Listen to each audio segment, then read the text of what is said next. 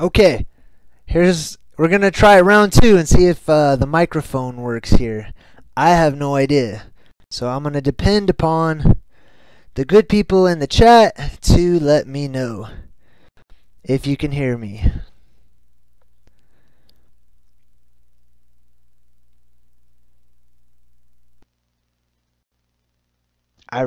Oh, I can hear myself. I hear myself in the microphone, so that's good.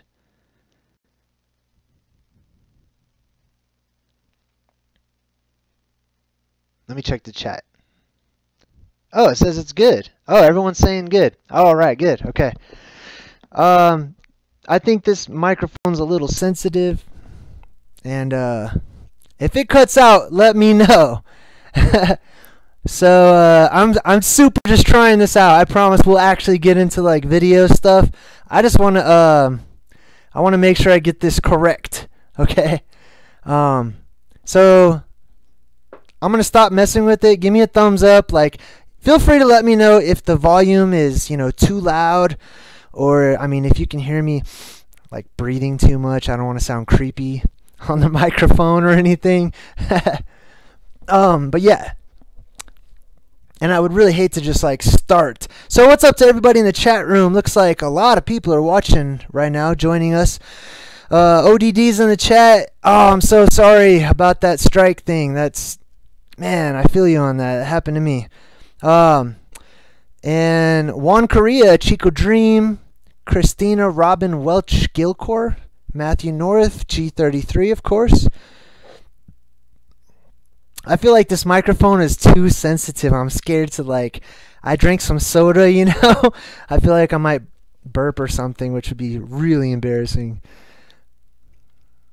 Okay, so one last time. Can you guys hear me? Because I can no longer hear myself in the microphone. I just want to make sure it's still working. Jay Analyzes in the chat. What's up, Jay? I know there's like a 30-second delay from when I talk to when you guys actually, you know, hear it or whatnot. Okay, everyone says it sounds good. Alright, so there's a lot of people watching. I'm trying to make cool videos. ODD, okay? I'm trying to catch up with some people out there. Trying to make it look a little more visually cool. Alright, I don't want to just make cotton candy YouTube videos, but I mean, it's nice to have things for people to actually watch as I talk, you know? That being said, because certain platforms are cracking down and, you know, people, advertisements and all that stuff's not really working or whatnot, I have enabled the super chat. And this is the only time I'm going to say this. If anybody feels like donating to the super chat or whatnot to support my channel, all the proceeds are going to be going towards getting a brand new computer, hopefully on Black Friday, so that I can keep up and make cool videos. I'm trying this on my laptop right now. I hope it turns out okay. And also, most importantly, I'm going to be writing a book.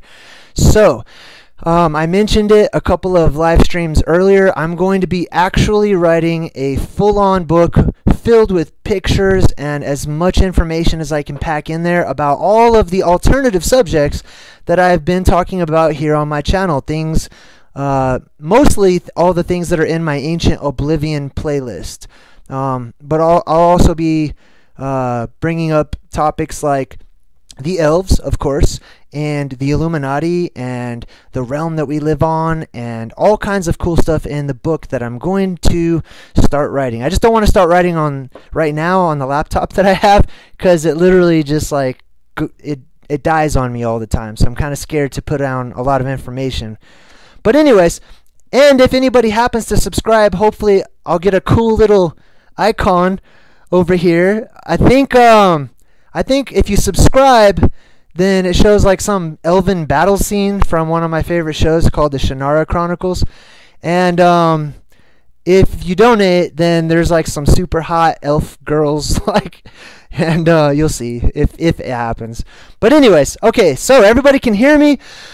Welcome to JayDreamerZ Presents The Dark Elves. And Matthew, see, clearly as you can see, let's give him a little kiss there. Okay. Anyways, thank you, Matthew. I appreciate that. Let's get right into it. We're going to talk about ODD says, I'm unsubbing so I can sub.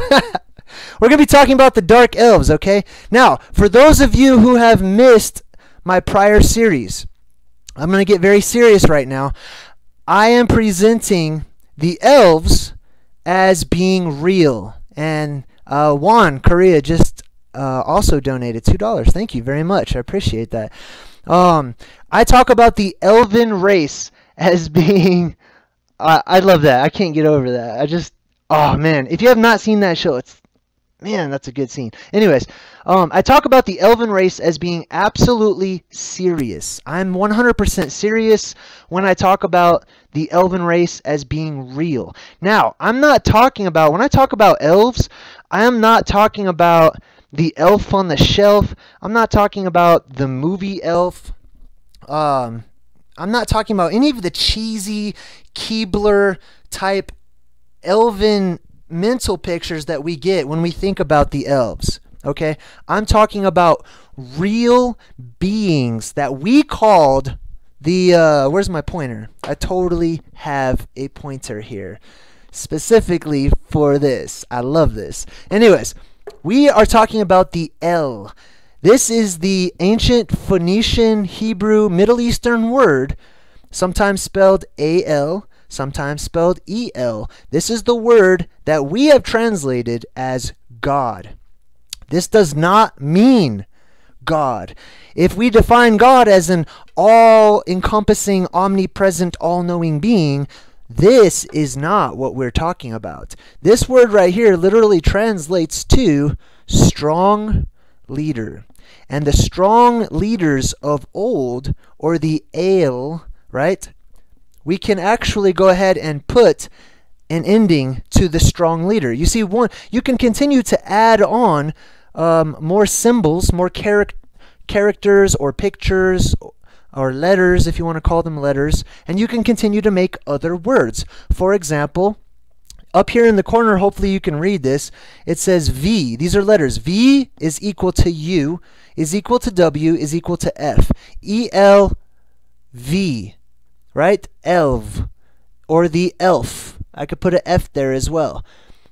Anyways, just a short wrap-up of my JayDreamerZ Presents The Secret of the Elves video, right? When we're talking about the El, we're talking about the Elves, or the Ilu. The U is a hook. The hook, as you can see on the video right now, right? I showed all kinds of examples of the V, right? The V, and we're going to be talking about the V a little bit more here in a minute. But the U, the V, the W, or the double V, and the F all are symbols for the word picture of the hook. Okay? So a long time ago when people wrote things out, they wrote in picture form. That picture form evolved throughout time, usually shorthand, and it got shorter and shorter to what we call letters today. Okay? But the V, the U, the W, and the F all mean in picture form a hook. Now, if you look down here, right? I actually drew out some of these ancient picture forms of the letter V. This one right here is modern Hebrew. Okay, it's called Vav.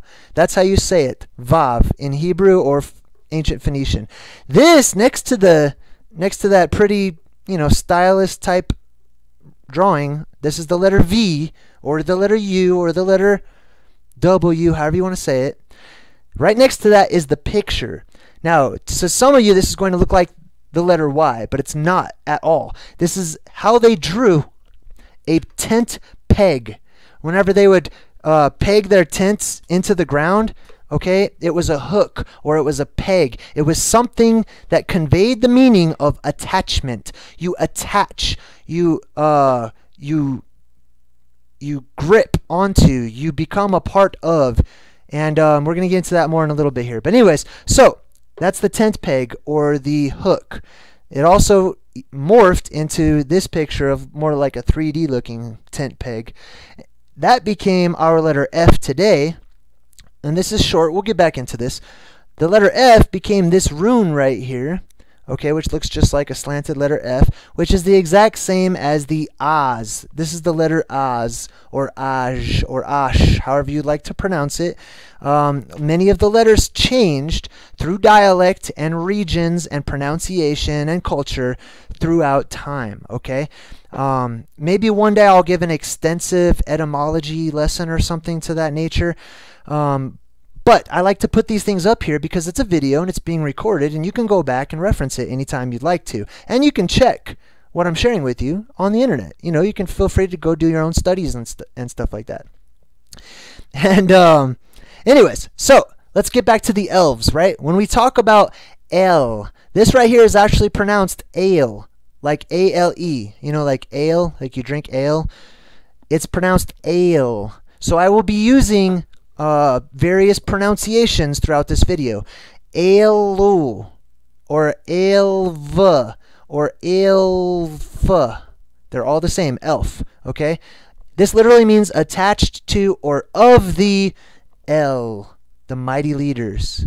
That has been now translated into gods. So many of the ancient gods that we're talking about, because all of these religions, they spoke about various gods, right? I mean, they all pretty much admitted, yes, there are many gods, but we want you to follow our God. We want you to follow our strong leader, our El, or our Elv, those of the gods, right? Elf. Okay, anyways, I'm sorry. I just wanted to get that out there so you understand what I'm talking about. When I talk about elves being real, I'm very serious. They are not mythological. They're not fantastic. They're not cartoonish the way that they have been portrayed today. They've been portrayed that way today, absolutely, because they want to take us off track from what they really are. If you want a good example of what the elves really looked like, I've put up some pictures over here for you to check out, right? Some examples given to us in movies and books and television shows of what these elves actually looked like, of what these El, or the Elvahim, Elohim, right? Same word. The El, the Al, the Allah, however you like to call it, they're all the same word. Now, legends go back, and when they describe these ancient beings that came down from the skies and interacted with mankind, they almost always describe them as being this white albino type of color, like you see this dude right here next to me. They were this almost like albino, pure porcelain, white-skinned beings. Very strong, very tough, altogether different. As you can see, I am a white person, right? But look at him compared to me, right? And we're going to get into this picture over here in just a minute, right? Because people started emulating these elven beings, these gods. And as you can see, when they started painting up their faces and wearing makeup, they were doing it not because of what we've been taught in schools. I guess I'm talking about it, aren't I? But what we've been taught in schools is that, you know, a long time ago in the Victorian age, it was trendy to be very pale and white-skinned, because if you weren't in the sun, that means you weren't a slave or whatnot. I don't buy that. I think that cultures from around the world, including our own, emulated and continue today to emulate the El, or the elven beings. And we see this reflected in many aspects of society, but it's hard for us to acknowledge it or to recognize it. And yes, Matthew North points out the red hair as well. The red hair is, remind me, we'll come back to the whole red hair deal as well. So anyways, so let's continue on, right? We're going to be talking about not just the elves, because the elves are related to the Azir and the Vanir, the ancient gods of old. But when we think about those gods, we usually see them in a heroic sense, right? We see these ancient elven beings as heroes and creators and good guys and whatnot, right? But there is another class of the elven race. These are known as the dark elves. Now, I'm going to put this out there, right? I think that all of these beings, as you can see, as they were described to us, were this porcelain white color. But whenever we talk about the dark elves, a lot of times they're actually portrayed as being physically dark, and I'm not so sure that that's what it means when it says dark elves, right? But let's talk about them real quick. Oh, and Thomas Without just subscribed. Thomas Without a Doubt. What's up, Thomas? Okay, so we're talking about the elves, and the elves are related to the Vanir and the Azir. The Vanir and the Azir. I'm going to be referencing a lot of the Eddas, which are ancient British legends and poems written about actual history, right? And the Vedas. The Vedas are the same thing, except for they are Hindu. It's a Hindu historical record, okay? Now, in the Vedas and in the Eddas, they both reference... what's up? Hey, Level Terrestrial Plane Science just subscribed. Wow, this is awesome. I'm getting a lot of subscribers. It's cool. So anyways, the Vedas and the Eddas all talked about these gods that came down from the northern regions, right? I'm not just talking about, well, I have a globe here. You'll have to excuse me. Let me explain something real quick on a side note. I'm not going to talk about a lot of flat earth stuff, even though my channel does have flat earth stuff. But I keep a globe because I think one day some stuff's going to happen, and this is going to be an antique. This is going to be a relic. People are going to, their mind will be blown that this even existed. But anyways, so let's go to the old globe here. And, you can't really see it, right? But here is Africa, right? So if we go to the Middle East, which is, let me use my pointy stick. If we go to the Middle East, it's pretty much right here. Okay, if we go up into Asia, right, into this area right here, this is the area of like the Ukraine, Poland, Turkey, Romania, the Black Sea, the Caspian Sea, and the Caucasus area. This is why white people today are termed Caucasians, because, in my opinion, this is me kind of speculating based on a lot of studying and evidence, but the white beings, and I'm talking about the porcelain white beings, the albino looking fallen angels or Nephilim or guys like this right here, when these elven god beings came down, they came down actually from the North Pole, right? They came down from an entirely different realm of existence, a different plane of existence, and then the path that they took led them down towards the Caucasus areas, the German areas, the Swedish areas, the Polish areas, all the areas that, interestingly enough, produced a lot of what we call Caucasian people. And that's going to be an entirely different video when I get into creation myths and mud fossils and things of that nature. But anyways, just to give you an idea of what the heck I'm talking about, all of these beings were this porcelain albino white color. And in the book of Enoch, it actually talks about the birth of Noah. And it says that whenever Noah was born, that his father, I think his father was Methuselah, they took him to Methuselah, and they were like, hey, we're kind of freaking out. Look at this baby that was just born. He looks like one of the angels, like one of the watchers. See, now these guys right here are known as watchers. And they were known as watchers back then as well. And they said Noah looks just like the watchers. His skin is porcelain white. And I think it even says that he had something about red. I don't know if it said his hair was red, but they said he was like white and his eyes lit up the room. But anyways, that's why I'm putting these pictures up, so you can get an idea of these porcelain white albino looking elven gods, these Elu, these elves or elves, right? Now, to go back to the Norse legends, right? There's a religion today that practices the belief in these elven gods. They don't really refer to them as elven, but I'm going to get into that because they do believe in the alvin or the elfin beings, which are the elves. But it's called Asatru, right? And there's various ways you can pronounce that. I'm going to pronounce it Asatru, okay? Because it's easier. But anyways, the current belief system of Asatru is basically Norse beliefs in the ancient gods like Odin and Thor or Thor, Freya and Tu or Tyr. And these were the Azir. These were those from the land of Oz, right? You could say it however you'd like to, and you could spell it in various forms, but this is the same as this right here. This basically means strong spirit, okay? Strong spirit, the Aj, or the Az, or the Oz, however you want to say it. It's this right here, Az-ir. Oh, the Azir.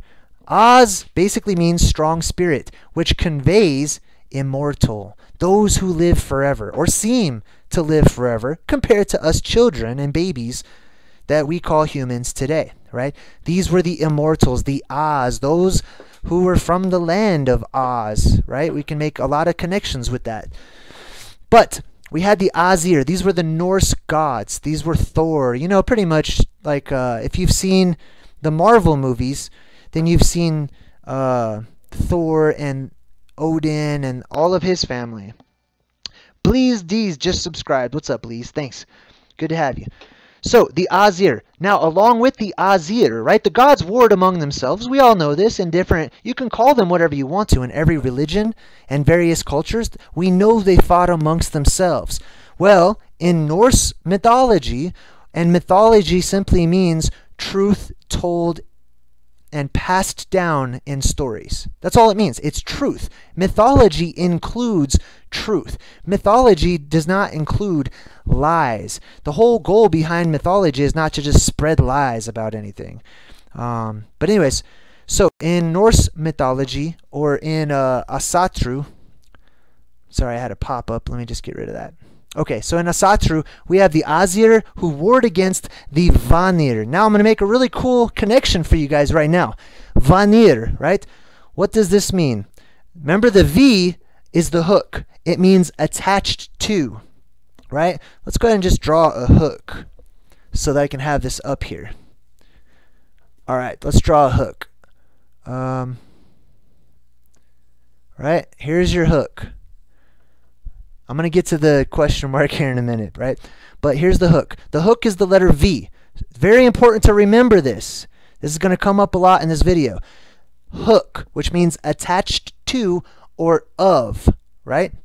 Of, an or on, which means heaven. Or there's various things that you could say, but in short, it means heaven or sky, right? Of the sky, and then the IR right here is basically plural. It's like our version of putting an S at the end of something. So, those of the heavens, or yeah, those of the heaven, or those from heaven. Or Vanir literally means beautiful ones, right? And it's where we get words like Venice, you know, the beautiful city. Venice literally means like pretty or beautiful. It's also, because this says van, V-A-N, van, or von, right? The IR is just an S. It's pluralized. So our shoes that we call Vans, this is where that comes from.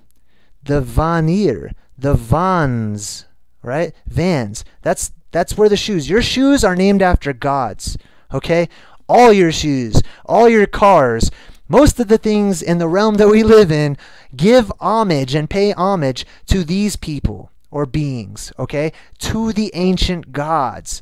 And there's reasons for that, and that's a totally different video as well. But yeah, Venice, Vanir, there's actually a word veneer, and veneer basically means a pretty decoration, a beautiful decoration or decor, right? So this is where it comes from. You had the beautiful gods warring against the other gods, and that's an entirely different story. Feel free to check that out. But anyways, so in Asatru, right, in the Asatru religion or belief system, they believe in these elven gods. They believe in these albino-like porcelain white skin gods that came down into the Caucasus regions, into the northern European, northern Asian areas, and that's where they made their first appearances. Of course, they spread into other regions, and they left markers behind all over the place, right? But that's where they first showed up and brought things to the native inhabitants, like agriculture, math, science, and things of that nature. But anyways, so The Eddas and the Vedas, they all pay homage to that. So, Alfar, right? This is what they call elves. Alf. Some of you are old enough to remember the TV show called Alf, right? Which is alien life form, okay?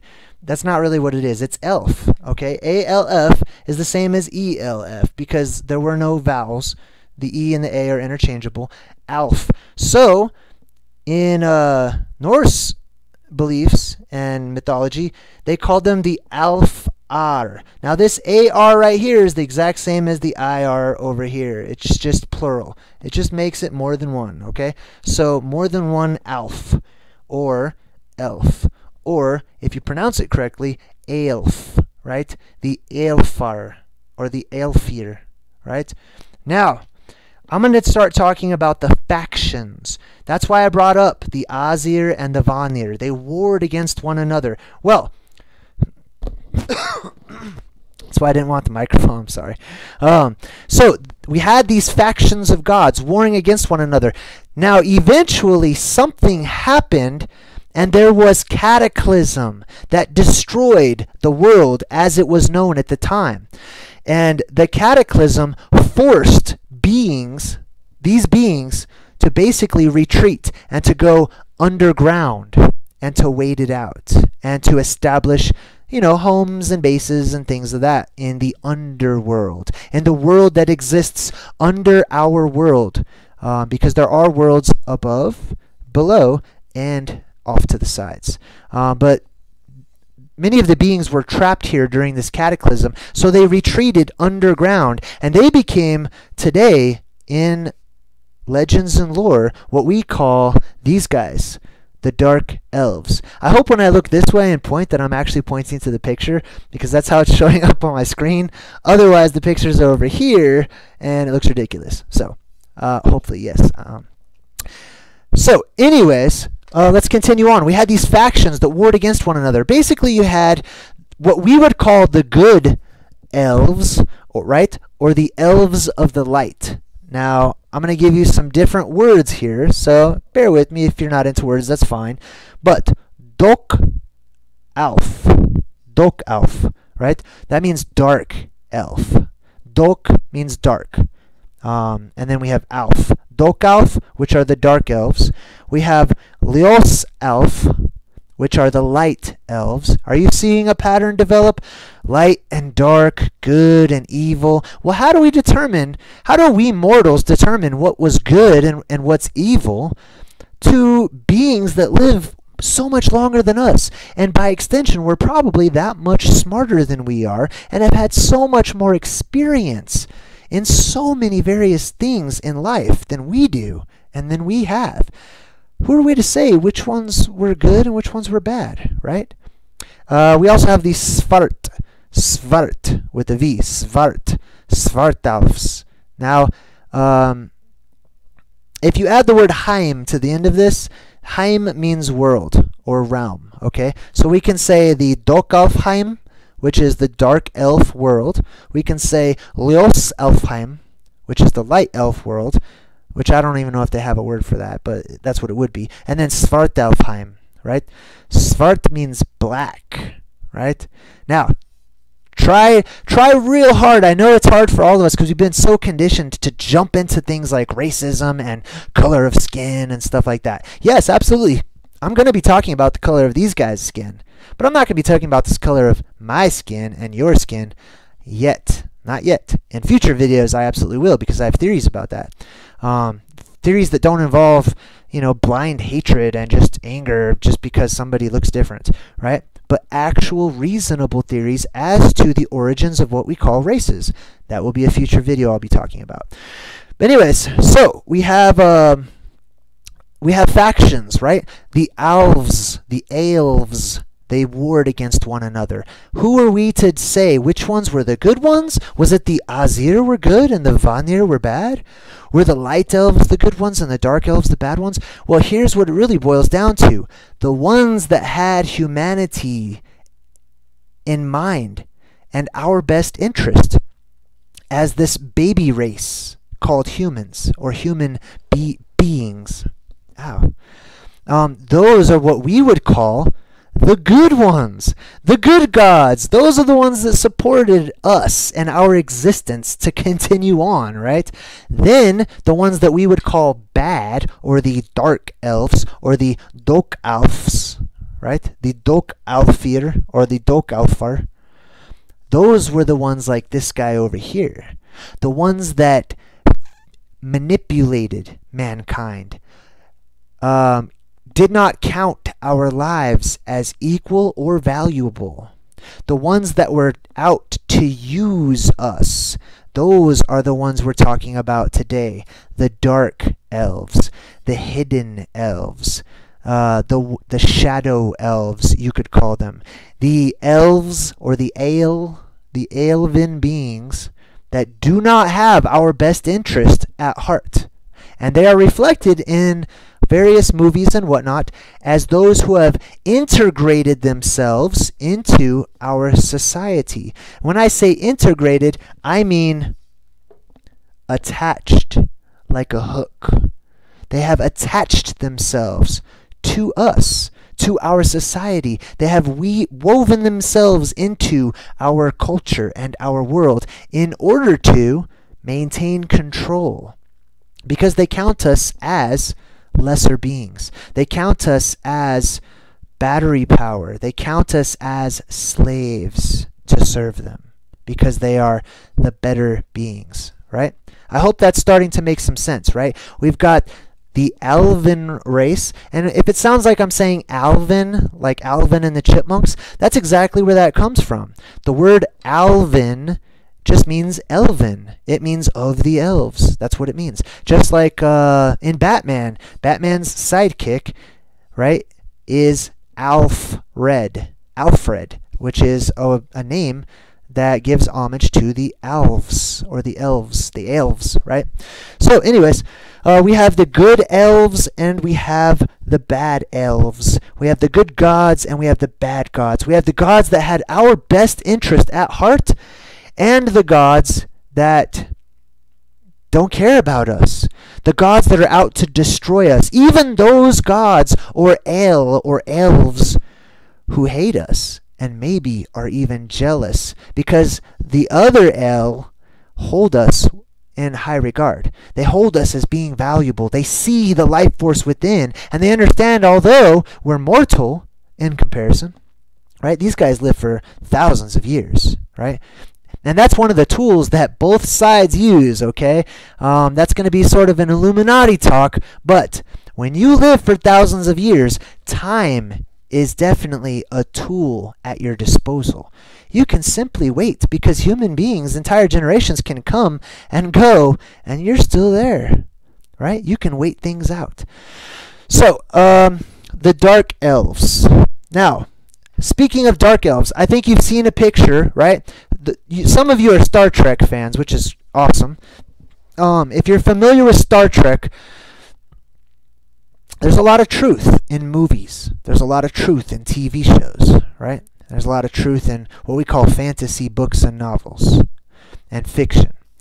In Star Trek, there are these various races that are displayed. And many of these races basically are versions of the different elven races, or the Titanic races, or the human races. There are various versions of those, right? And there's one known as the Klingons. I don't know if you could see that down there. Yeah, Klingon, right? So if you've ever seen Star Trek, you've seen those race of beings where their foreheads are like bony, you know, going all the way up, and they're usually black, okay? I'm going to talk about that in a minute. And they're usually very pissed off and angry, and they're all about war. They're all about fighting, right? They're very just physical, base-minded beings. Very strong, very tough. But these are the Klingons, right? I'm going to get to the word Klingon here in a minute. I'm going to come full circle, so stay with me, okay? Now, remember I said that there's these three different words that describe the elves, right? Like Spock over here. We've got Dokalfs, dark elves, Los elves, which are light elves, and Svart elves. Svart is black, the black elves. The dark elves, the hidden elves, if you want to call them that, right? But for right now, we'll call them the Svartalfs. These Svartalf also corresponds to Dwarven. I don't know if you knew that, but in various fantasy races, you know, when you see the movies, or for those of you who play things like Magic the Gathering, or you're into Dungeons and Dragons and whatnot, you know that some of these races are just a given, right? That there are the humans, there are the elves, and there are the dwarves. Now I want to break down the word dwarf real quick, because this is a fun one, right? Dwarves are actually directly related and linked to the dark elves, specifically the dark elves that went underground during the time of the cataclysm, right? And things happened down there, okay? But I wanted to look at the word dwarf. I hope you guys can read that. I'll try to make my words bigger next time. But dwarv, right? Dwarv. And then just don't pay any attention to the plural, right? We're just going to look at dwarv. Dwarv. It's fun to learn etymology. It's fun learning the origin of words. And when you break all these letters down and you understand that they're just all picture forms, ways of communicating, they're each pictures individually, they make their own context. They make sentences, and it makes more sense when you look at it that way. So, the letter D, okay? I don't have room to write it all down, so you can trust me on this, or you can just go look it up. Either way is fine with me. But the letter D, right, if you trace back its origin, it conveys the meaning of being from somewhere, right? I mean, it's literally, in picture form, it's a house or a tent. But it conveys the meaning of being from.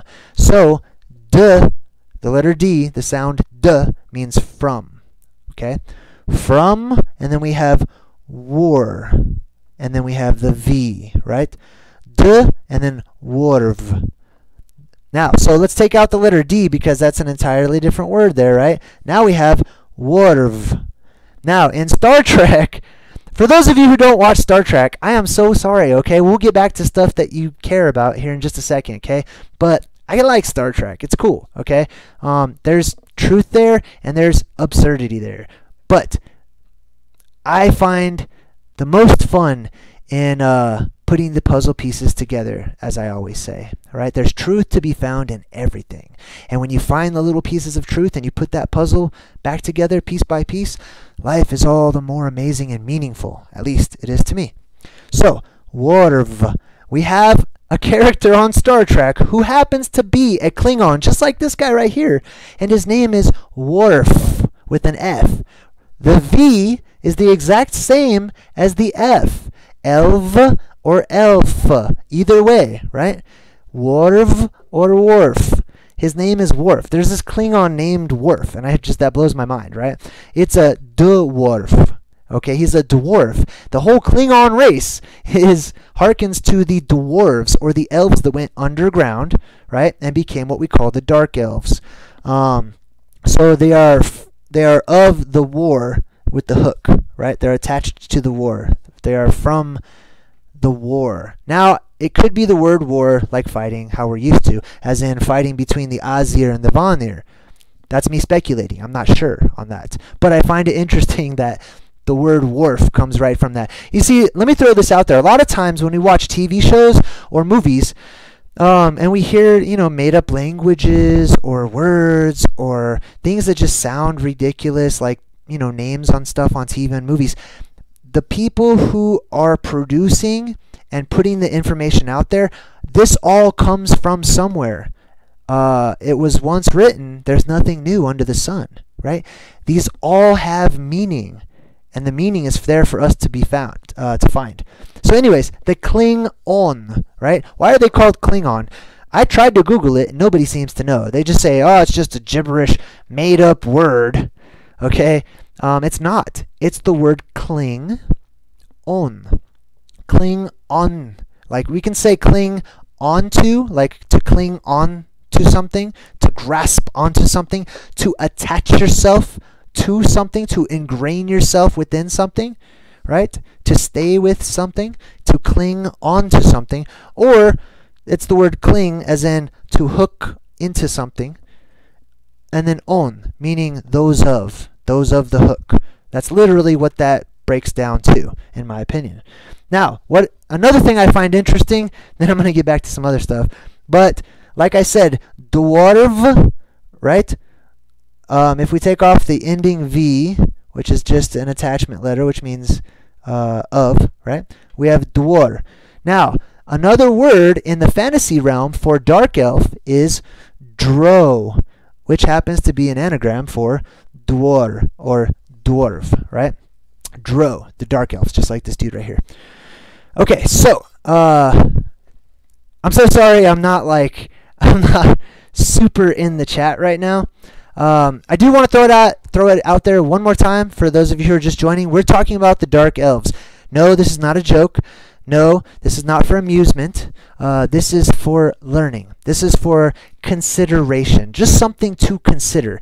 You don't have to agree. You don't have to say like, oh yeah, I totally feel that. And it would be nice if you didn't just say, this is ridiculous, this is the stupidest thing I've ever heard. It's just information and pieces, puzzle pieces, to connect, to start putting together the bigger picture of our history that has been ripped away from us, that has been deleted and burned, so that we don't know who we are, where we came from, or what our point of being here is. And it also takes away what we're going to be doing in the future. How can you do anything and make actual real plans and have meaning for the future if you don't know where you are now or who you are now, right? So for me, I find this all to be extremely meaningful. So we're talking about elves. Elves are related to the El or the Ale, the gods of old. Excuse me, I'm so sorry about that. So anyways, yes, I believe the elven race is real. I believe that the elves as we see them today, I don't know if you could read this over here, but I wrote mockery of elves, right? When we're presented elves on television today, in like the elf form that we're used to and that we all know, it's ridiculous. They're prancing around. They're little fairy type funny beings, when in all reality it seems to me that there's an entirely different class and race of beings that did exist, that lived and surpassed our lifespans, that knew things, that did things, that were responsible for helping to shape things as we see them today. Some for the good and some for the bad. Some from the light side, some from the dark side. Some of those beings had our best interest in mind. Some of those beings did not. I find this to be a serious subject, something for me personally to seriously consider and to start being able to pick up on things in my daily life. I can start to pick things apart. So for example, we're talking about the dark elves. We're talking about the ones that do not have our best interest in heart, like this guy. Right? Is that pretty good? So anyways, as you can see, like look at this orc right here, right? Albino, pointy ears. This dude is an elf. Now, did they look exactly how they're portrayed here? No. Now, look at this guy real quick, okay? Because I don't know how long he's going to stay up there. This guy is on the new Star Trek, and they call him the Son of None. N-O-N-E, none, like you're the son of nobody, right? Interesting epitaph for this Klingon, right? This one of the hook, the cling on, those who cling on or hook on to or attach themselves to us, right? That particular character was called the Son of None. You know who else was called the Son of None? In the Bible, there was a biblical character named Joshua. Joshua was one of the spies that went out into the land and discovered that there were titans. And that in the eyes of the titans, Joshua looked like a grasshopper, right? Like he literally was the size of a grasshopper in comparison to the titans that he saw. Joshua was known as the Son of None, or if we say it correctly, it's not pronounced none, it's pronounced nun, right? Nun is a letter, but it's also a number in ancient Phoenician and Hebrew, right? Nun equates to the number 50, right? Now here's something you might not know, but the ancient gods called the On or the Anu, Anunnaki, right? The Anunnaki. You could break that down, but it basically means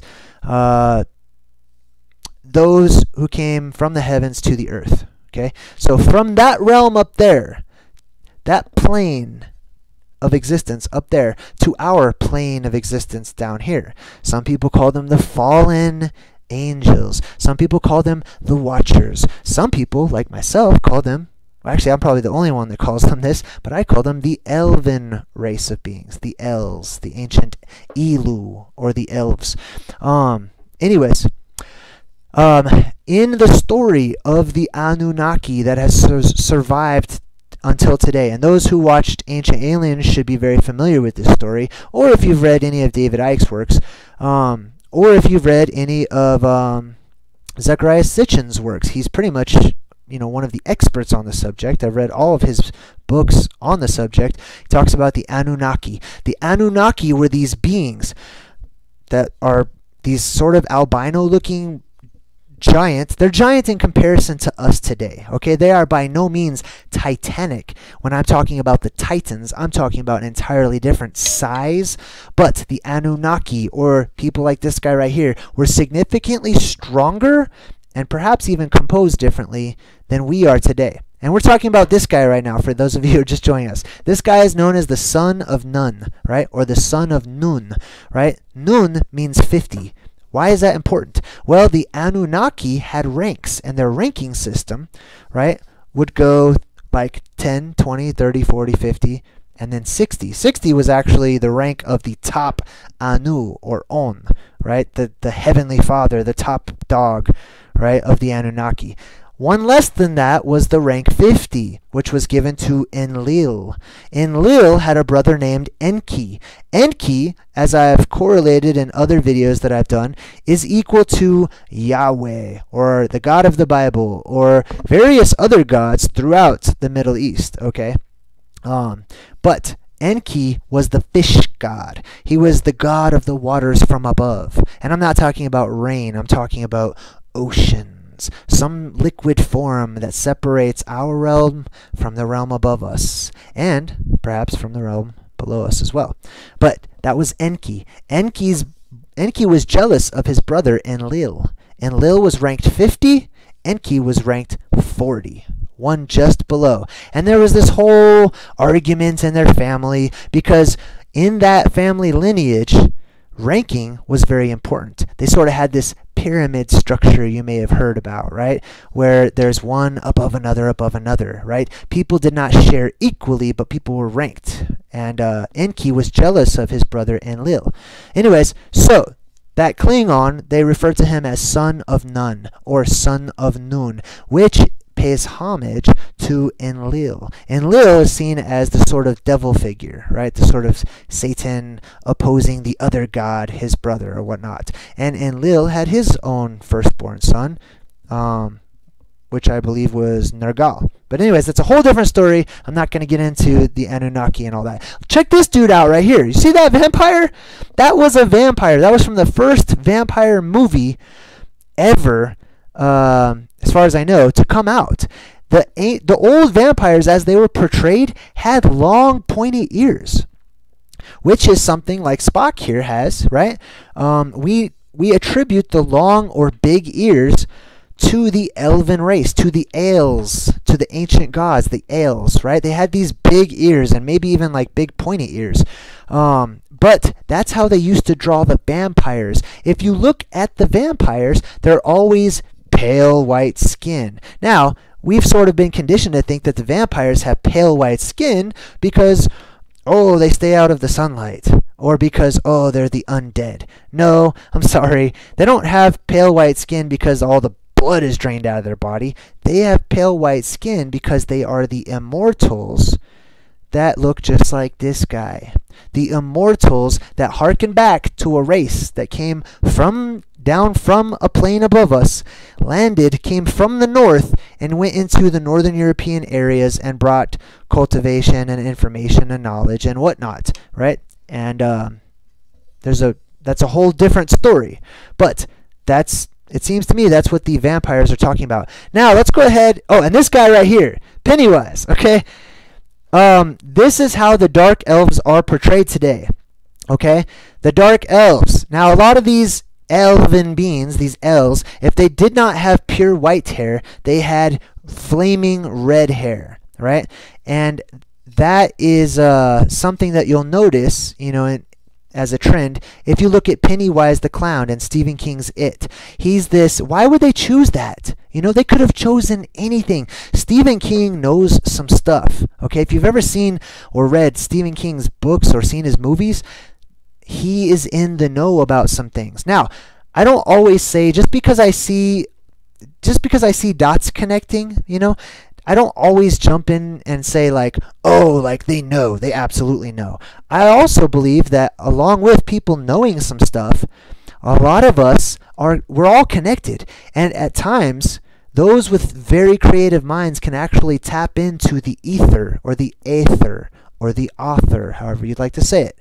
And that's the energy that connects all of us, because we're all connected. We just live in a state of an illusion of disconnect, right? But we're all actually connected. Oh, We Are Waking Up is in the chat and says he has to go. So thank you so much for watching. We are all connected. Or We Are Waking Up, sorry. But we're all connected. That's my point.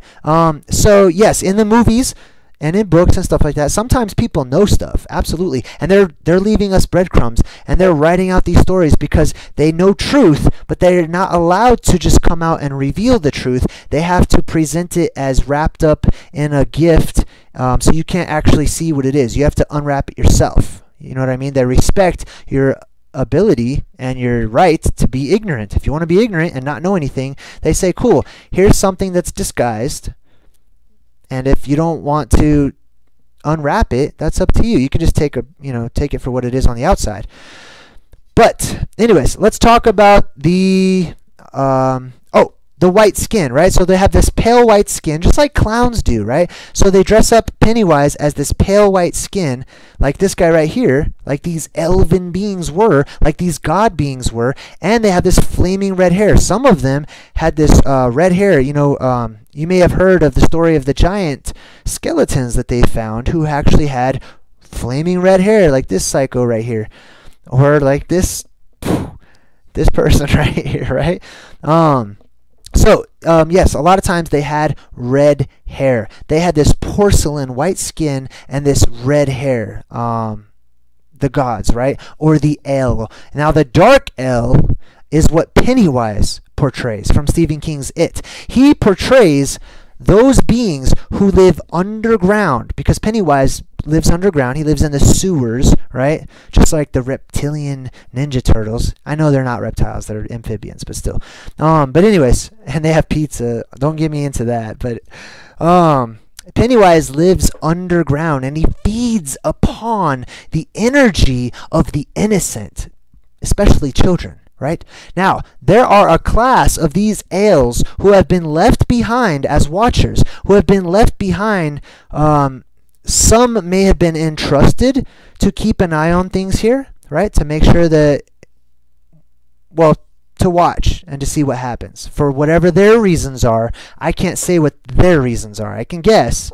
But cataclysm happened, right? The world that we live on, the realm we live on, was sealed off. That's why you don't see aliens coming down. That's why you don't see titans just walking into view. Those beings around our realm are sealed off from us. In turn, we are also sealed off from them. And personally, I absolutely think that the day is coming when that seal will be broken, and that the beings who once used to come and go will come and go once more. And so shall we be able to, if you survive. But that's an entirely different story, right?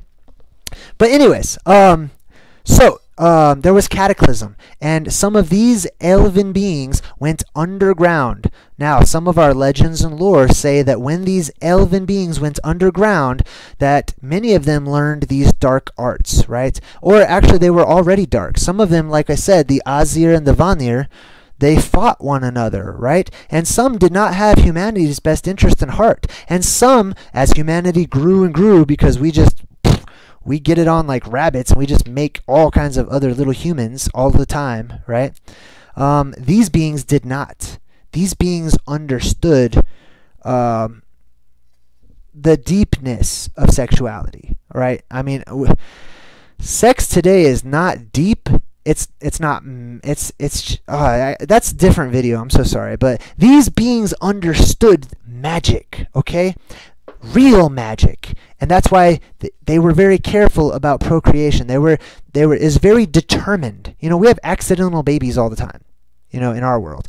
To the elven people, they did not have accidental babies. It was structured. It was known. Like, anyways, they were very advanced beings. They lived for such a long amount of time that, can you imagine how mature you would be?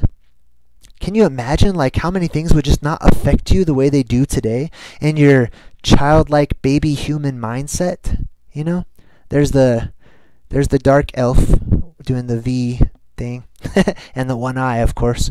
But anyways, so these factions existed, right? Cataclysm hit. Our world was locked. Our world was, some people say quarantined, you know, maybe that's a good word. I don't know. But it seems obvious, you know, I don't see other beings coming and going, and I know that there are other beings. Some people call them aliens or Aeon. Same thing. They're the Elves, right? They're the visitors from some other place that come down here, like the Anunnaki or the Elven people or whatever. But I don't see them coming and going. I totally hit myself in the face with my pointer stick just now. I don't see them coming and going. I don't see the Titans. I know Titans walked this realm. I see evidence for it all over the place, and I talk about that. There's that vampire dude again. I don't see Titans coming and going. I will. I'm sure of it. I know that I will live to see the day when we just see fantasy break open in our world. Like, people won't even know what to make of it. They'll have to invent stories left and right. People will be left on their own. The world's going to be... I'm going to make some, like, apocalypse style videos. Okay, so for those of you who are into that, not a lot of people are, and I try so hard to stay away from that subject because so many people are not into it. But anyways, those beings went underground. Those beings do not have our best interest at heart, and those beings knew that they were few and that we are many. So those beings devised ways to not just kill us. They're smart. We're talking about the gods. We're talking about beings. That's a brute mentality. You know, just wipe them out. Well, of course, it would be easy for, you know, the powers that be. You can call them the Illuminati or whatever you like. It'd be easy for them to wipe everybody out. It'd be easy for them to just kill everybody. You know? But they don't, because they're smart. They understand, why would you destroy a valuable resource? Why would you just obliterate and throw in the trash something that has this much potential? And it's the potential, that potential energy that exists, that we can transform into kinetic energy to manipulate it our way, right? Just like Pennywise, as it just showed, right? Pennywise feeds off of the emotion of children. He doesn't just want to kill children. Pennywise the clown from Stephen King's It, that's who I'm talking about. He doesn't want to just murder kids. Like, whoosh, he could just buy a gun. You know, Pennywise could just have a gun and just be gangster and just shoot everybody. That's primitive. Okay, Pennywise is far beyond that. The Dark Elves are far beyond that. They know magic, or what we would call magic today. They understand how energy works. They know the energetic properties and how to manipulate them to their advantage. Now, this comes in two forms, and I'll give you an example. The two forms are the positive, or the selfless energy, right, which gives away, and then you have the selfish energy, which seeks to take from others, right? That's basically your light and dark magic in a nutshell. Pennywise, the albino-faced, flaming red-haired, magical being, or jinn, or genie, or elf, right, who's hidden in the shadows. He's a dark elf, and he feeds off of that energy. He has to scare the living crap out of the purest energy, which is in these children. That's why these ancient evil gods, these dark elves, they demanded sacrifices of children and virgins, right? For those of you who have had sex, okay, I'm sorry, first of all, because in today's world, it's not what it used to be, right? It's just not. I hope it gets back to that point one day. But my whole point is, imagine and think about who you were, your energy, your mentality, the way you saw things with wide eyes and creativity before all of that happened, before that was introduced into your life. Now, don't get me wrong, you can still have that and engage in the act, okay? you can still have the best of both worlds. However, these guys over here understood the balance, right? It's been manipulated and it's all destroyed. I don't want to go off on a tangent about sex right now, but my point is, the dark elves and the good elves alike understood the manipulation of energy, and this is where we get the story of Atlantis. Atlantis. In Atlantis, you had the elven race, you had the god race, you had the Arcadians. There's various names for these ancient beings, obviously, right? I just like to call them elves. Why not? Because they are elves, and it's fun. But you had the elven race that lived in Atlantis, okay? They were divided. They understood the manipulation of energy at such a high degree. Like, our technology today is not even technology to them. They were able to combine what we call spiritual energy with the actual physical, right? They could take a crystal. There's a crystal in this phone. There's a crystal in all your phones, by the way. But they can take this quartz crystal and they could project mentally or spiritually and program this crystal, right? And this was a crystalline world. It may have been a silica age at the time, and everything may have been a type of crystalline structure, which harkens back to Oz, the Azir, the Immortals, right? The land of Oz, which is this emerald green crystal type color all of the time, which that emerald green crystal color is always shown in movies, at least, in television shows and cartoons. When you see that, you know that something magical is going on, right? Pardon me. And that is the color, like you see down here below me, right? This color of the banner down here, that's the sort of emerald green color that's associated with magic, or with that magic that existed at the time, or the beings who understood the manipulation of the energies. Now, in Atlantis, those factions divided, right? And the selfish beings who were trying to gain the energy for themselves ended up causing the fall of Atlantis, right? And then those in Atlantis flew to the other regions all around, right? As did the good ones, right? But anyways, let's get into some other things here. I think I'm pretty much done with all of these notes here. The V. So let's talk about the V real quick, okay? You will see the V symbol in a lot of things today. The Illuminati, if you want to call them that, the Dark Elves, the Drow, the Dwarven race, the Elves, this guy, right? The Reptilians. Oh man, that's a huge one. Like, it's the exact same. The Dark Elves are what we call the Reptilians today, in my mind. Okay, I'm 99% convinced, okay, that they're the exact same. I don't believe in lizards that evolved into people, just as I don't believe in monkeys that evolved into people. Okay, to me, both those concepts are equally ridiculous. I'm not going to add billions and millions of years to it so that I can make it true in my mind. Okay, I don't see lizard people.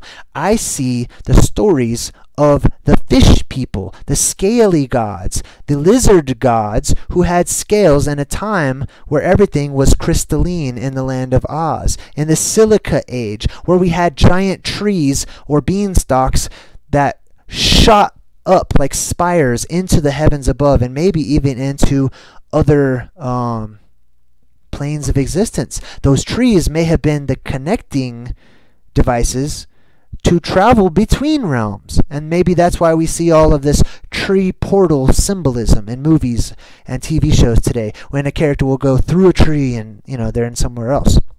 But we also see that in other things as well. Those are some other videos. So let's talk about the hook, right? So the V, the hook, right? The V, where's my pointer stick? Matter of fact, I'm going to erase all this so it's recorded. You can go back to it, okay?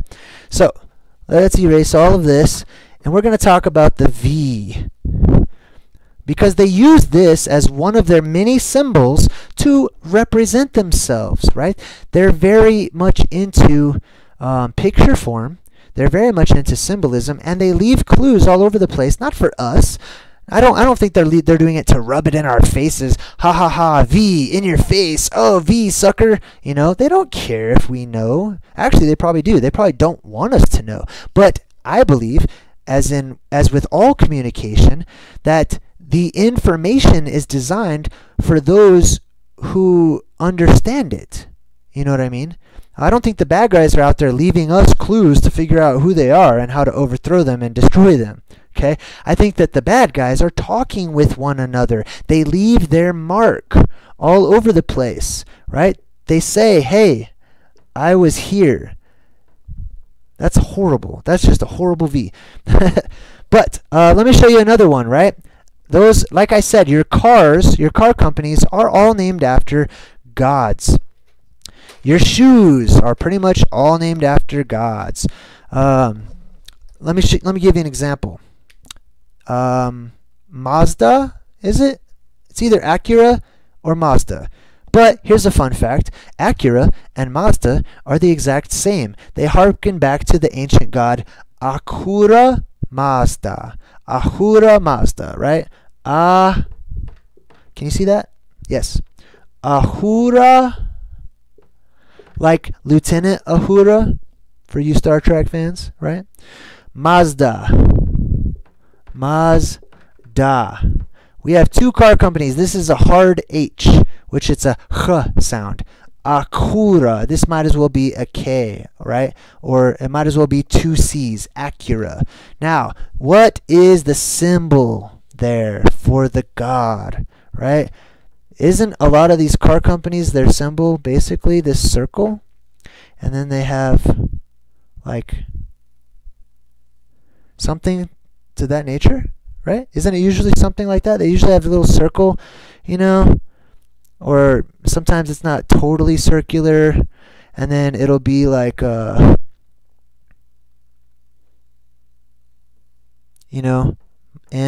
Mazda, or whatnot. Anyways, sorry, I don't want to go off on a tangent. I'll do another video about symbolism and logos and stuff some other time.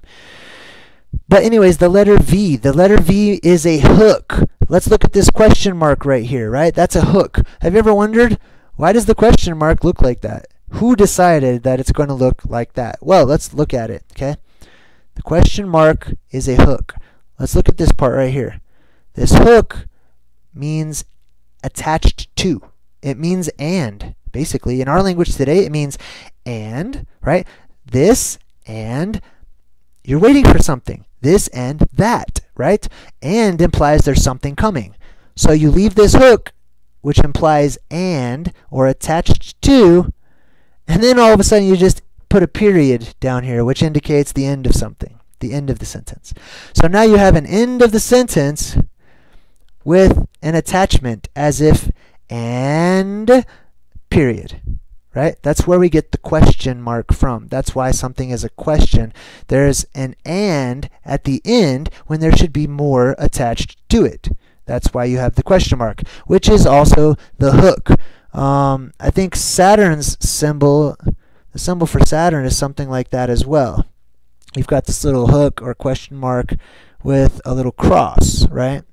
And the cross, I'll break down the cross symbol some other time. But you've got the hook right here.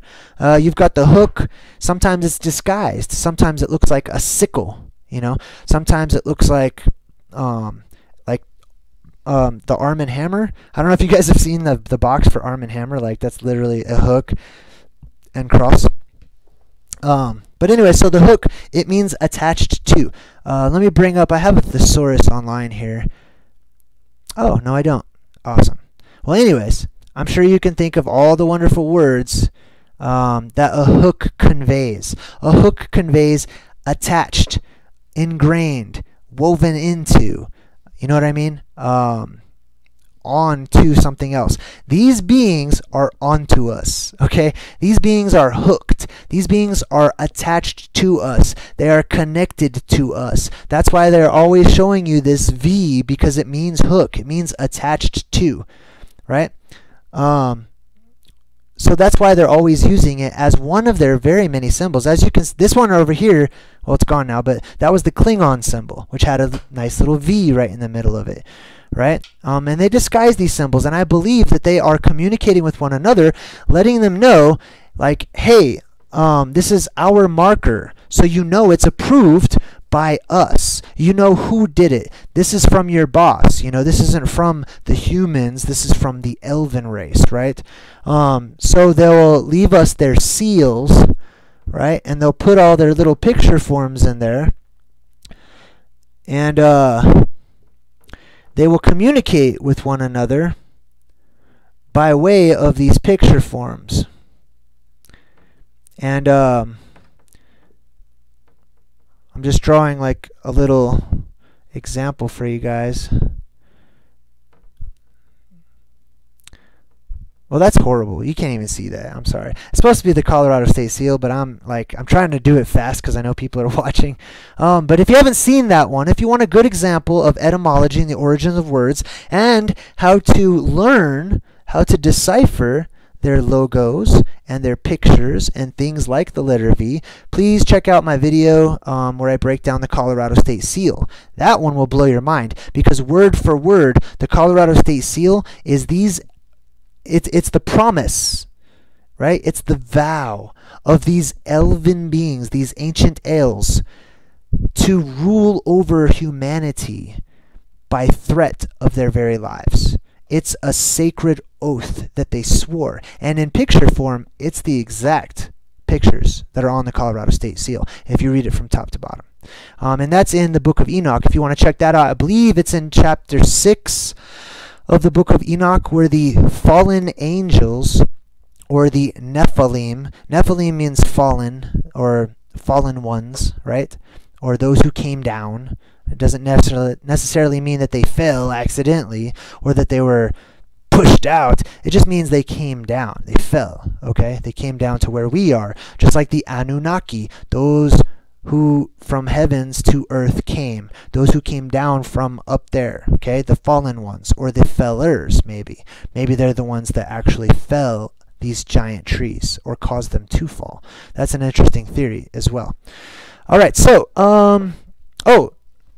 let's see, what else? Elu of 9, I already talked about that, but if you want, check out, the names that the Freemasons give to each of their little ranks. Type in a little search for Elu. Type in Elu into your Google search, and then type in Freemason or Freemasonic or Masonic ranking. And there's actually 2 in there that are named after elves, right? They're called the Elu. Remember, the U is synonymous with the V. Same thing, elf or elf.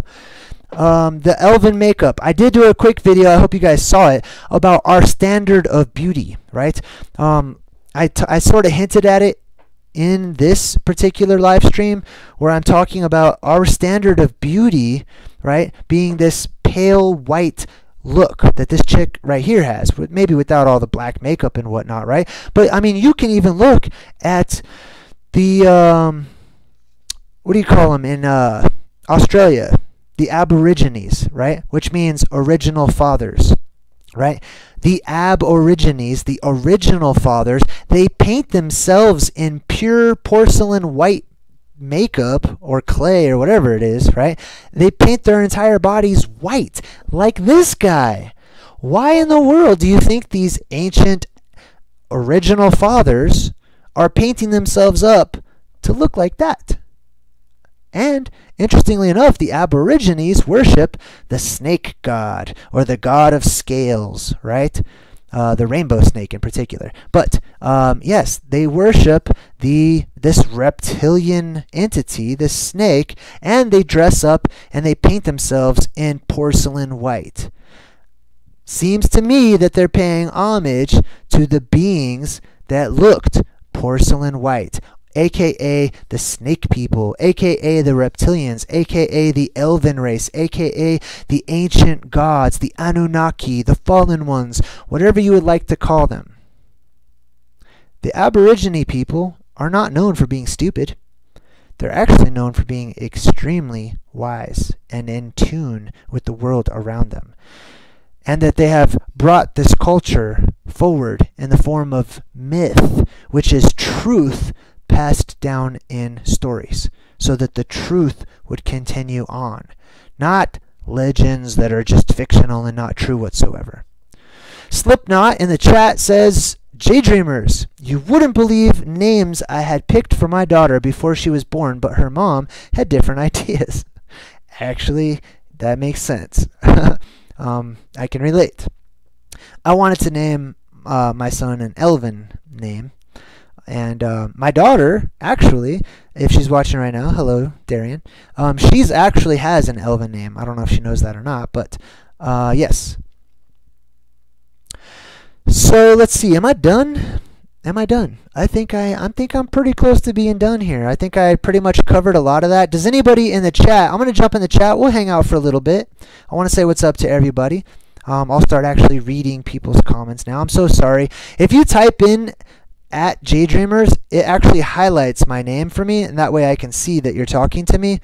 That way I'll be able to read your comment and whatnot as well.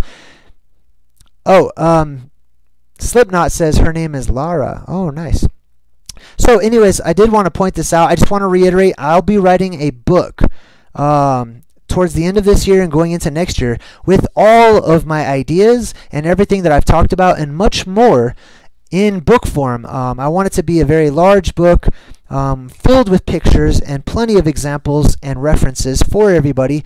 In order to get that done, I'm going to be looking into getting a brand new computer, because this one that I'm using right now, I can't believe it's working. I'm shocked that this is actually working. I hope this turned out well, but I'm shocked because my computer crashes, it doesn't work, etc., etc., and I'm not about to begin actually writing out a book on something that's going to go away, or I could lose all that work. Free Thought EMF says, JayDreamerZ, could you mic a little away from your mouth?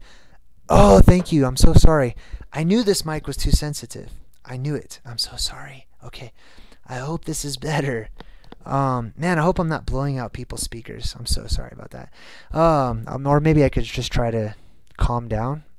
Maybe I could chill out, like other people on YouTube. I could do my radio voice, and I could talk like this. Next up on the line, we've got Alvin. Alvin is going to talk to us today about the ancient gods and Anunnaki. No, I'm just kidding. Oh, well, I guess that does sound better.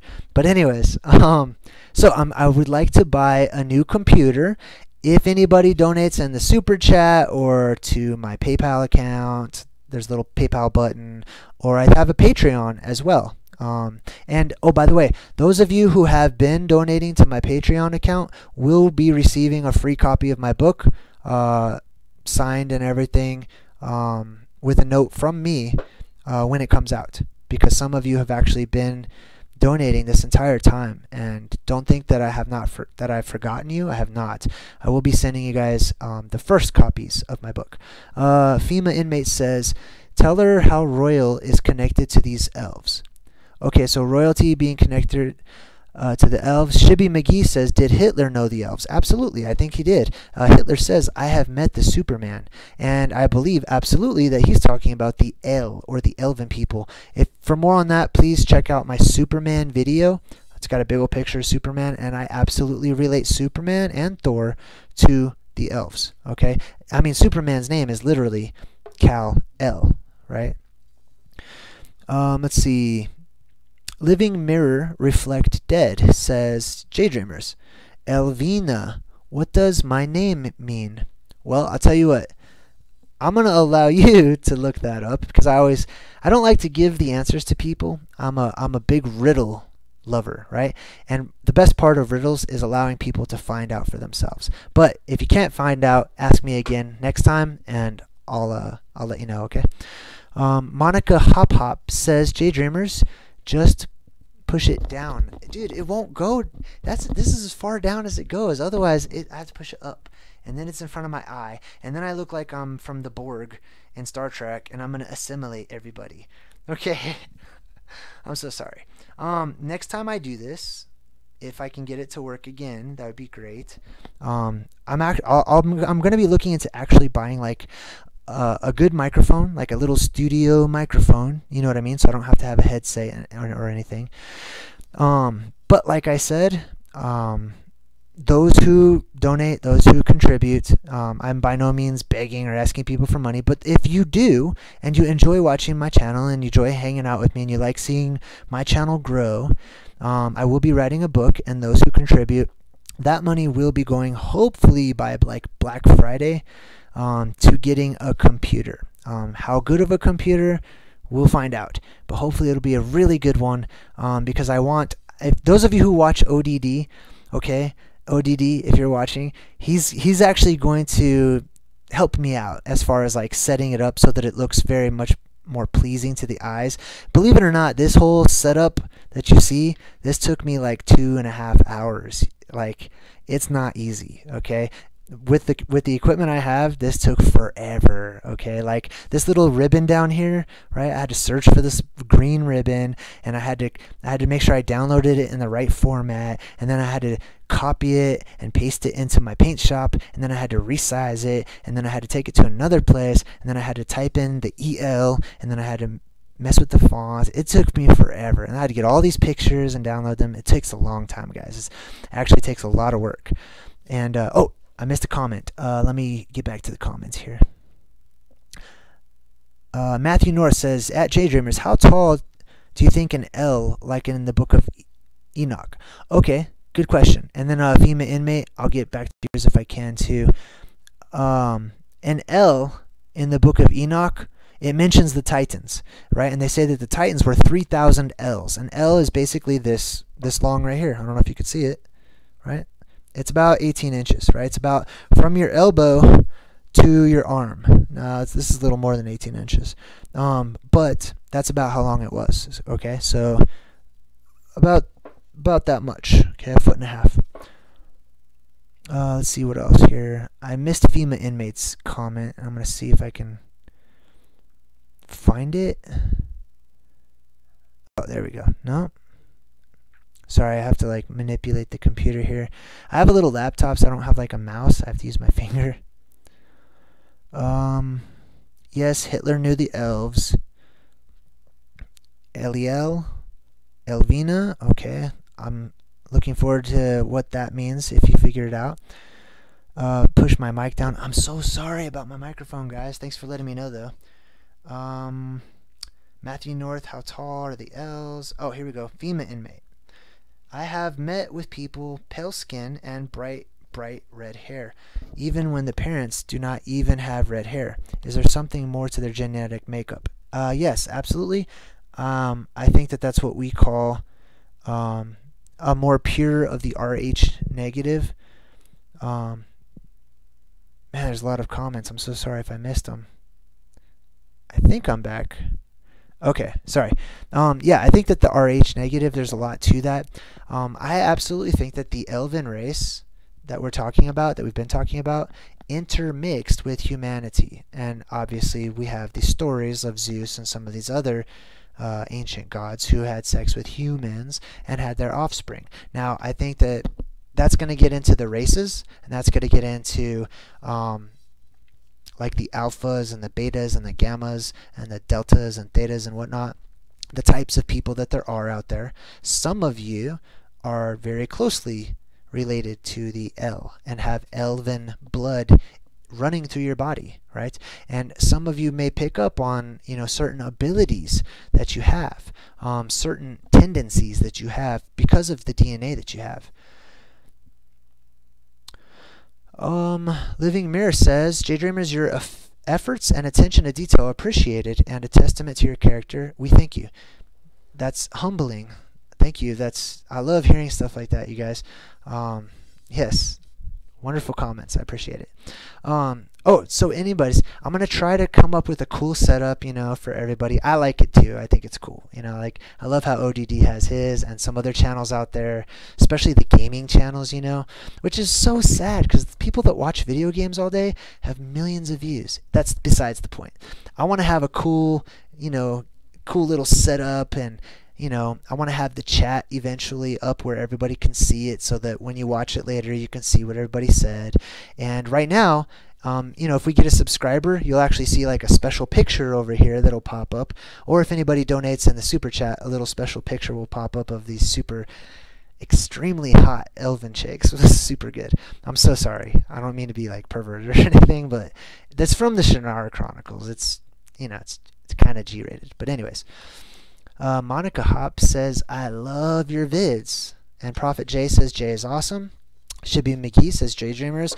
So Lord of the Rings is real? Question mark. Hook, right? Yes, Lord of the Rings is real. Now, is it all exactly 100%, the names and the characters and whatnot? Is it real? No, it's based off of reality. It's based off of things that have actually happened. Things that have happened so that I'm just going to go off topic slightly, but it's related, okay? Collectively, humanity shares a consciousness.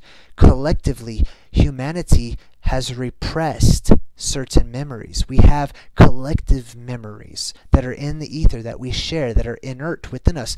We have repressed memories in our brain, but collectively, in our collective consciousness, we have historical memories. That's why a lot of these things that are talked about on various alternative YouTube channels, I hope I'm talking low enough. I'm so trying not to blow out the microphone. But that's why a lot of these things resonate with so many of you, right? It hits you right here. You're like, oh, wow, like that makes sense. There's some truth to that. Not saying it's all true, but there's something there. There's something you can't quite put your finger on. You're like, yeah, that makes sense. That's because of your collective subconscious. Things that have happened collectively to humanity that we also collectively have repressed, like cataclysm. When something horrible happens to you in your life, especially when you're younger, you tend to repress those memories. You send them to your subconscious and you forget about them, which ultimately later on in life you tend to act those things out to try to take control of the thing that you had no control of in your subconscious. That might be kind of deep for some of you, so I'm very sorry, but I'm talking about the collective memories of what has happened to us. That's why I talk about these things. I want to rejuvenate those memories for many of you. I want to excite your minds and your spirit memory, your energetic memory, and I want to have you going, oh yeah, I'm starting to remember some of this, and I want you all to be motivated to not be afraid to talk about some of these thoughts and ideas that you might have on, just hooking on the verge of your subconscious so that they come to the forefront of your mind, so that you can start talking about them boldly and with confidence and understand that's where I came from. That's why we are where we are. The world makes sense now. I understand what's happening. I understand why guys like this don't like us. They're jealous of us. They want to use and manipulate us because they're stuck here and they're able to. And it helps you to understand a lot of other stuff. Living Mirror says, JayDreamerZ, we are the fifth column. Slipknot says, I grew up loving Camelot and Dungeons and Dragons. For it too became more fact than fiction is, overwhelming and an incredible topic. I totally agree. Monica Hop Hop says, JayDreamerZ, stop worrying about the mic. You good. Okay, thanks. Anyways, so I hope you guys have enjoyed this. I think I'm going to wrap things up. I'm pretty pleased with how it looks, I think it looks kind of cool. I'm kind of proud of it. I like my little banner I did down there. Where did I point? Right? The Dark Elves thing? That's kind of cool. I think it's cool. I put these up. This is probably where I'll be doing a lot of my YouTube videos in the future, except for the ones I do on my little phone, on my selfie, on my little crystal, right? I don't know if you guys knew this, just a side thing before I go, but people actually predicted a long time ago, hundreds and hundreds of years ago, that one man would stand on one side of like the ocean, talk into a crystal, and another man with a crystal on the other side would hear, right? There's nothing new under the sun, right? Just be careful that we don't get dependent upon the technology. It's what the Atlanteans knew, right? That it's what's inside that is the real energy. That this is secondary. Anyways. Shibby McGee says, JayDreamerZ, who caused the Great Cataclysm? Good question. Tell you what. If you're asking my opinion, I'll be happy to share that with you. I'd like to know what you think, though. Lots of people have various ideas. You know, some people think God, which is El, or the Elohim. By the way, in the beginning of the Bible, you know, it actually calls God Elohim, which is plural of El, or Elvahim, actually. Okay, the V, this right here, this Vav, it's actually pronounced U or O as well. But Elohim, the O, is this right here, which is the V. So it's Elvahim, which means many elves. Okay, so I think we're going to wrap things up. Thank you, everybody. Thank you for those of you who donated. It's going to help me to get the equipment that much faster and hopefully have, you know, way cooler videos with better sound, microphones, cooler looks and stuff. ODD, I'm going to hold you to it, man. You're going to help me out. And also to write my book. I'm so excited to write my book. I can't wait. I've downloaded some software for it. I'm learning how to work the software right now so that I can use it properly and make sure that the book is edited and written in the way that I want it to look, so that it's easy to read and it's easy to understand. And I'm going to break down a lot of things in my book in ways like I try to break down on my videos. And you know, some things that might be complicated, I'm going to try to break them down in small steps in ways that people understand, so that we can understand why people like that Pennywise exist, or why, you know, in the Victorian age, people dressed like that, and it was seen as beautiful to be pale, albino, white-skinned, you know, or why V for Vendetta uses that image and has a pale white mask, or why Star Trek they do that. You know what I mean? Like, I'm going to explain all of this and much, much more in my book. And I can't wait. And hopefully people will like my book. And if people like my book, hopefully I will actually be able to set up lectures or conferences or whatever I don't know what they're called, but I'll be able to go around the world and just talk and share and maybe have a cool whiteboard and draw and just share things with people to encourage people and to inspire people to really live and to start thinking about life and be excited and have reason to be alive in the world around us. I also want to apologize before I go. Next time I will not be using this microphone. I realize it kind of clips whenever I talk too high, especially when I use my P sounds like Penelope or Peter Piper picked a peck of pickled peppers. That was just horrible. I know. I'm sorry. I won't do it again. Check out that vampire. Okay, I'm going to go really this time. Thank you all. Remember, there's a Patreon link and a PayPal link on my main page. There's a little, you know, button you can push if you want to donate or whatnot. For Patreon, I'm going to actually go ahead and edit it soon, so that those who, you know, support me often on Patreon will actually receive like different rewards or whatever, the main one being my book, and I'm going to try to think of some other stuff as well. I know some other YouTubers are doing this, like my friend ODD and some other people. Also, please go show ODD some love if you don't already subscribe to him. He just received a copyright strike for, you know, one of his videos about, you know, stuff that had happened in Las Vegas or whatnot. So he's probably not going to be able to do live streams. I hope he can overcome that. So all the best to you if you're watching. Hello to Jace. Hello to Darian. To my friends and family. Thank you all my supporters, everyone who's been watching, all of you who leave me wonderful links and pictures and videos in my email, JayDreamerZ@protonmail.com.